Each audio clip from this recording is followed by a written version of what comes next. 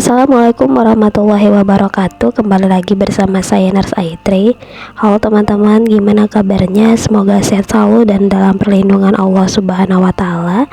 Bagi teman-teman yang baru mampir di channelnya Aitri, jangan lupa di subscribe terlebih dahulu, di like, di komen, dan di share ke teman-teman lainnya. Insya Allah video ini sangat bermanfaat.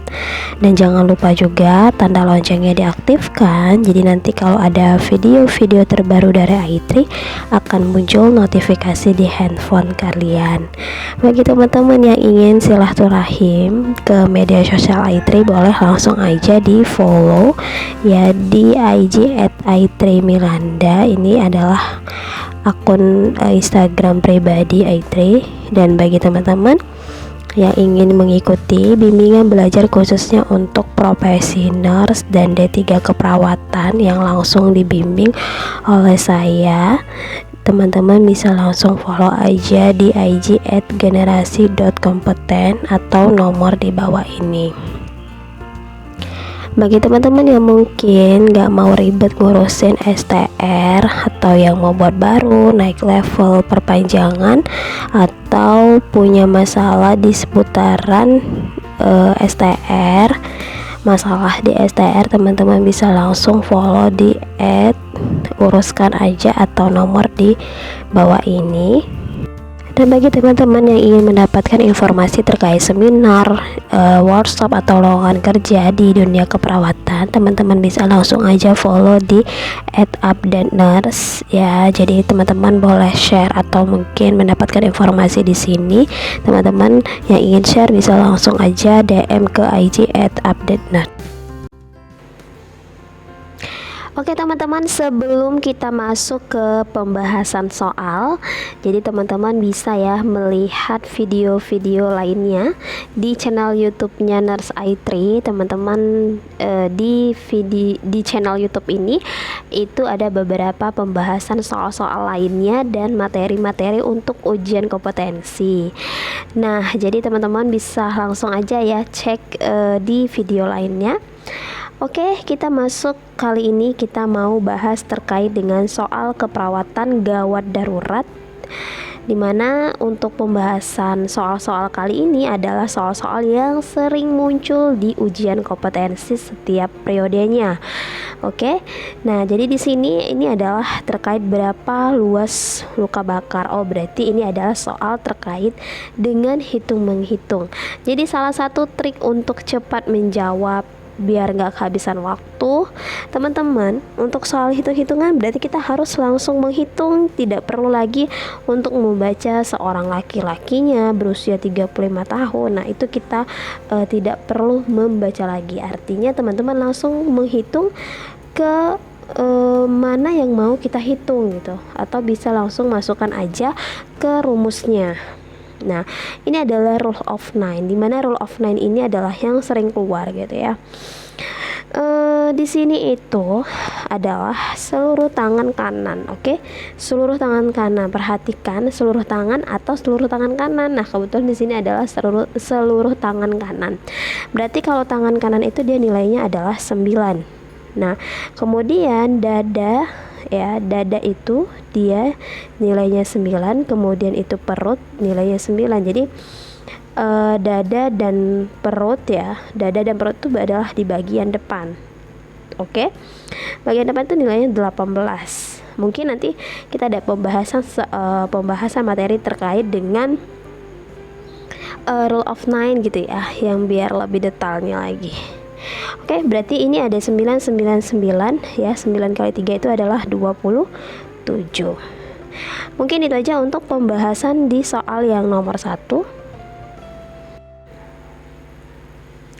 Oke, next kita ke soal yang nomor 2. Jadi kalau untuk soal-soal Gadar itu kebanyakan ditanyakan terkait dengan intervensi ya, atau tindakannya. Di sini itu yang ditanyakan adalah tindakan yang harus dilakukan ya, tindakan yang harus dilakukan di mana seorang laki-laki berusia 43 tahun diantar ke UGD karena kecelakaan. Nah, dari hasil pengkajian dia penurunan kesadaran, kemudian tanpa hematoma dan lecet di bagian kepala. Kemudian dia ada jejas pada clavicula dan dada bagian atas gitu ya. Oke, berarti tindakan yang harus kita lakukan adalah untuk mempertahankan di sini tuh pasiennya adalah pasien trauma. Dari mana sih kita taunya pasien ini pasien yang trauma? Karena dia adanya jejas ya pada klavikulanya, kemudian bagian dadanya gitu ya. Makanya di sini itu adalah jawabannya si Jautras. Kalau Jautras itu adalah teknik untuk membuka jalan nafasnya dengan pasien yang trauma, itu dilakukan dengan yang namanya Jautras. Tapi kalau misalnya pasiennya itu dengan non trauma, itu dilakukan dengan Hetil Chinleaf gitu. Ini untuk pasien yang non trauma. Oke, mungkin itu aja untuk pembahasan soal yang nomor 2. Oke, next untuk soal yang nomor 3. Ini ditanyakan terkait dengan berapa kebutuhan cairan 8 jam, atau ini soal yang terkait dengan rumus Baxter. Untuk pembahasan materi ya, itu ada di video i3. Untuk linknya nanti Aitri sertakan di deskripsi box. Jadi untuk yang ini itu ada bagaimana cara menghitung cepatnya. Kita bisa menghitung kurang dari 1 menit gitu ya. Oke, ini adalah soal hitung-hitungan. Dimana kalau soal-soal hitungan sebelumnya tadi Aitri sudah sampaikan bahwasannya kalau untuk soal hitung-hitungan itu kita harus langsung menghitung gitu ya, tanpa kita harus baca lagi ke ininya. Oke, nah sesuai dengan rumus Baxter itu kalau misalnya yang ditanyakan dalam waktu 8 jam, itu berarti nanti rumusnya dia luas luka bakar dikali berat badannya, kemudian dikali 2. Oke. Nah di sini itu luas luka bakarnya 30. Nah kemudian BB-nya itu 50. Nah itu kan sama-sama belakangnya 0 ya.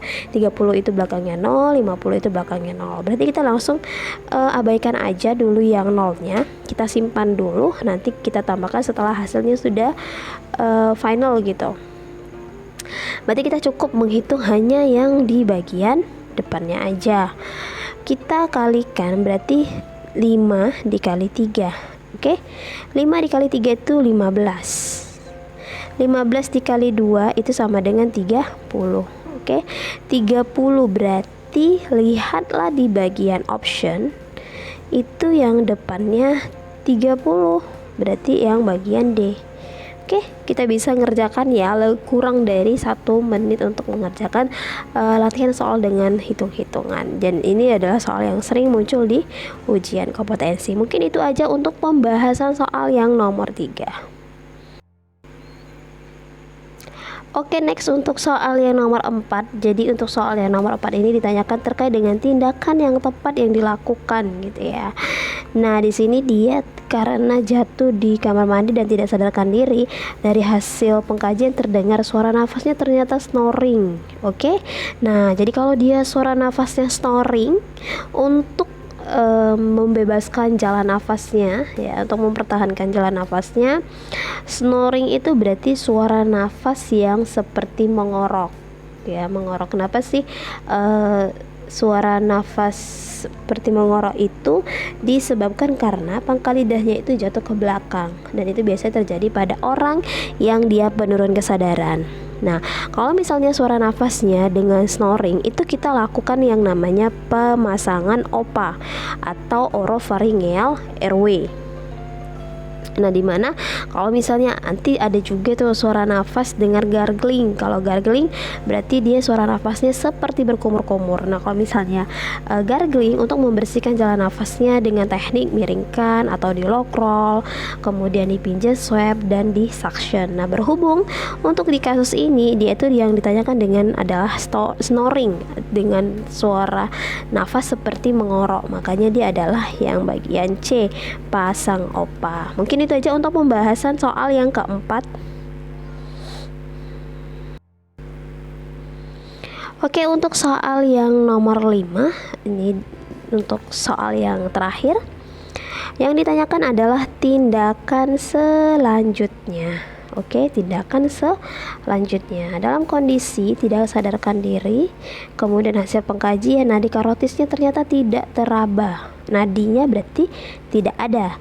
Tidak ada suara nafasnya berarti tidak ada nafasnya juga. Dan tidak ada perkembangan dada. Nah, setelah jalan nafas dibuka, pasien segera melakukan perawat segera melakukan RJP selama 2 menit. Oke, ada kesalahan penulisan. Di sini perawatnya segera melakukan RJP selama 2 menit dan kemudian dievaluasi. Nah, udah dilakukan kompresi dan ventilasi. Yang awalnya tadi si pasiennya ini itu dia kan tidak ada nadinya dan dia juga tidak ada nafasnya. Kemudian si perawatnya itu meng-RJP.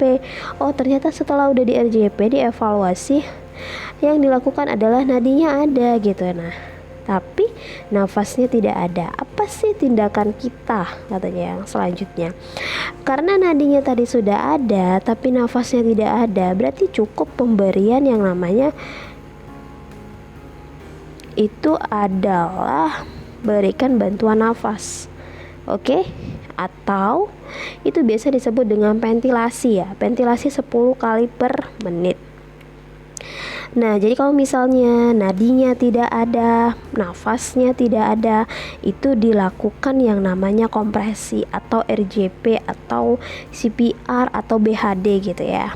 Nah, tapi kalau misalnya dia sudah ada nadi tapi dia tidak ada nafas, jadi cukup hanya pemberian si ventilasinya aja atau si bantuan nafasnya gitu ya. Misalnya pemberiannya itu dengan cara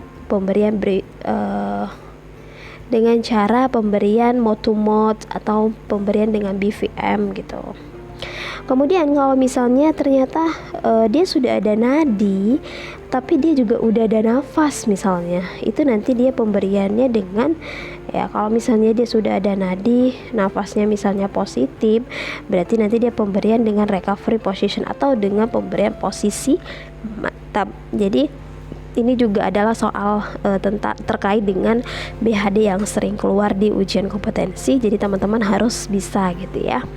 Oke teman-teman, sekian dan terima kasih ya sudah nonton di channel YouTube ini ya. Teman-teman bisa lihat video lainnya itu di channel YouTube ini. Sekian dan terima kasih. Assalamualaikum warahmatullahi wabarakatuh.